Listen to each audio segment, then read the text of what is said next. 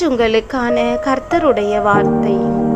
தேவன் தனிமையானவர்களுக்கு வீடு வாசல் ஏற்படுத்தி கட்டுண்டவர்களை விடுதலையாக்குகிறார்.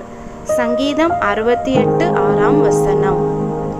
இன்று கர்த்தர் உங்களுக்கு கொடுத்த இந்த வசனத்தை கேட்டுக்கொண்டிருக்கிறதான தேவ பிள்ளையே, ஒருவேளை நீங்கள் கைவிடப்பட்ட நிலையில் இருக்கலாம், வீடு வாசல் இல்லாமல் தவித்து நிற்கலாம், சிறுமைப்பட்ட நிலையில் இருக்கலாம். உங்களுக்கு கர்த்தர் வாக்கு கொடுக்கிறார். இனி வருகிற நாட்களிலே தேவன் உங்களுக்கு வீடு வாசலை ஏற்படுத்தி உங்களுடைய சிறுமையை தேவன் மாற்றப் போகிறார். அது மாத்திரமல்ல, இயேசு வாழ்ந்த நாட்களில் அநேகர் இயேசுவை தேடி தங்களுடைய சரீரத்தில் இருக்கிற பலகீனங்கள், வியாதிகள், போராட்டங்களுக்காக அவருடைய பாதத்திற்கு வருவார்கள்.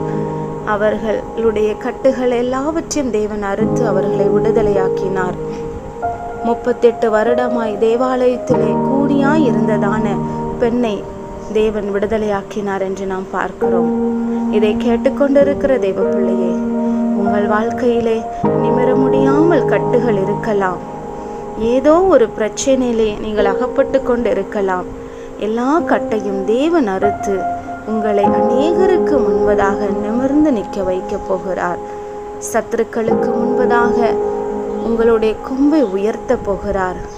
உங்கள் தலையை எண்ணெயால் அபிஷேகம் பண்ண போகிறார். நிச்சயம் அவருடைய ஆசீர்வாதம் உங்கள் சிரசிலே வந்து நிற்கும். ஜெபம் செய்வோம்.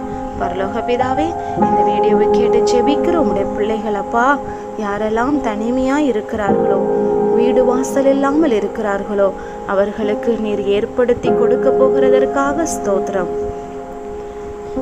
யாரெல்லாம் கட்டப்பட்ட நிலையில் இருக்கிறார்களோ, அவர்களுடைய கட்டுகள் எல்லாவற்றையும் நீங்கள் அகற்றி விடுதலையாய் பிள்ளைகளை அநேகருக்கு முன்பதாக ஆசீர்வாதமாய் சாட்சியாய் நிறுத்த போகிறதற்காக ஸ்தோத்திரம். இயேசுவின் நாமத்தில் ஜெபிக்கிறோம் நல்ல பிதாவே, ஆமேன். இன்றைக்கு ஜெபம் பண்ணுங்க, வேதம் வாசியுங்க, குடும்ப ஜெபம் பண்ணுங்க. கர்த்தர் உங்களை ஆசீர்வதிப்பார். இந்த வீடியோ உங்களுக்கு பிடிச்சிருந்தா லைக் பண்ணுங்க, மற்றவங்களுக்கு ஷேர் பண்ணுங்க. தொடர்ந்து இந்த வீடியோ பார்க்க விரும்புகிறவங்க சப்ஸ்கிரைப் பண்ணுங்க.